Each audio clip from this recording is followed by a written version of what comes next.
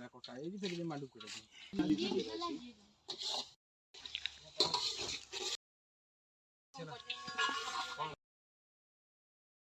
नमस्कार जय जगन्नाथ केमती आपने आशा कर भल थे स्वागत कर मोर एक फ्रेश न्यू ब्लॉग रे। तो एक्चुअली अभी शोक उठिली उठला घर मैंने कहीं ना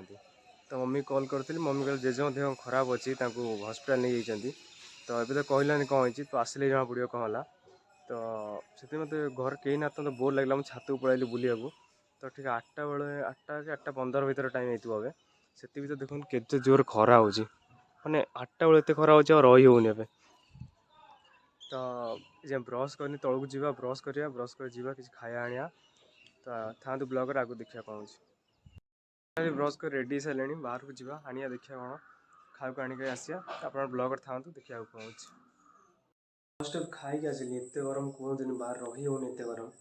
तो आसु आसु मो सांग देखा रोड से कहले फिस्ट करा फिस्ट करा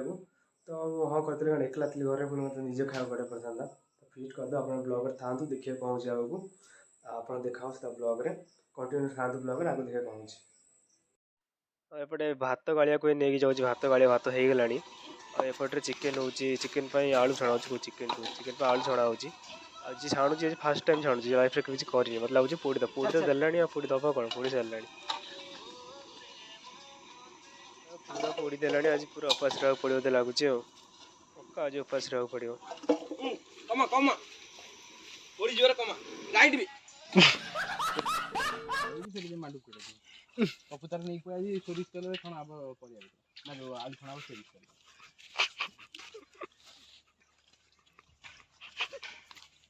वीडियो कर पनीर बना चलती पनीर सरला चिकेन हवा इंस्टा लास्ट रखी एबे चिकेन पे पड़ला पियाज कड़े देखिया के टाइम लागुची आ तो 2-3 सब सरला रोसई चिकेन पनीर सब सरला लास्ट पापड़ छड़ा होची बसिया खाया पे 30% तो बोलचन देखो खाया 30 ना पालटा उठे एडी बसिया लक्षरे 30% 70 लाख आसी एते सब खाया बिकल गुड़ा सब बसी पड़छन कि दबा को ना उठी गला ये खाया दबो बाबा बसी खाइबो समस्त गाड़ी चला पर ए अखाडा गोटे बसिया जगह मिलले एते जगह पड़ची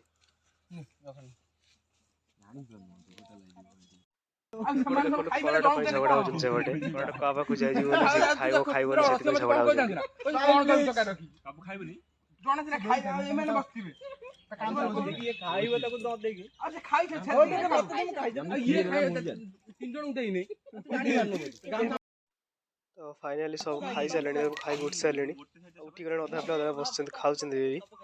खाई सरला खाई पारे के पेट गैस हो गला तो 3:30 4टा है तो कई खाई पारे सब देन कुकुर खायापी फोपाड़े को कुकुर देले खायापी तो कुकुर मैंने एंजॉय कर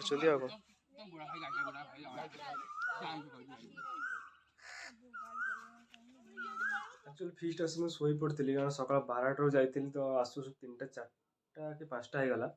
बहुत टायर्ड होती तो ये शोई पड़ी तो ये जस्ट उठिली उठिली केतटा बेल टाइम 9:30 है उठिली तो जी डिनर करने लगे तो आपन सहित डिनर कर देखा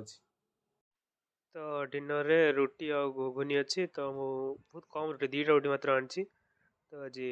हेवी खाई खरा बेले तो खाई हेनी तो डिनर शेष कर आप देखा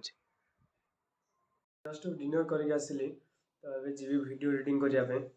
कर सारापर जब बहुत जल्दी शो पड़ी कारण सका 5टार बस अच्छी मम्मी सहित जी चेकअप करने खाली कौन स्टोन बन तो ऑपरेशन हम कि कौन चेकअप हम कौन मेडिसिन कौन जानी खाली गले जना पड़ो आप नेक्स्ट देखा बाय।